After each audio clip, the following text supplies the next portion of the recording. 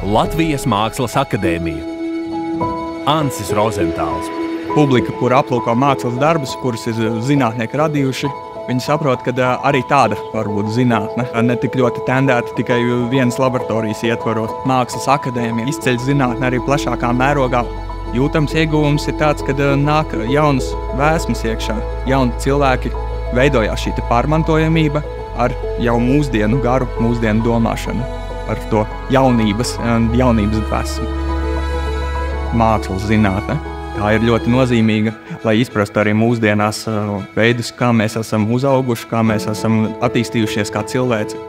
Manā gadījumā mistērija, vislielākā mistērija arī mākslas zinātnes kontekstā būtu, kāpēc vispār cilvēks glezno, kādi ir tie iemesli cilvēkam radīt kaut ko, kas savā ziņā nav nevienam nepieciešams, bet tas ir ļoti nozīmīgs gan Latvijas līmenī, gan arī plašākā pasaules kontekstā.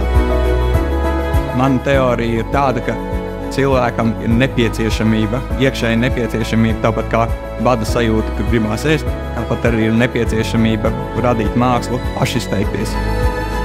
Sabiedrība nav iespējama bez zinātnes un attīstības. Bez zinātniekiem tā neeksistē.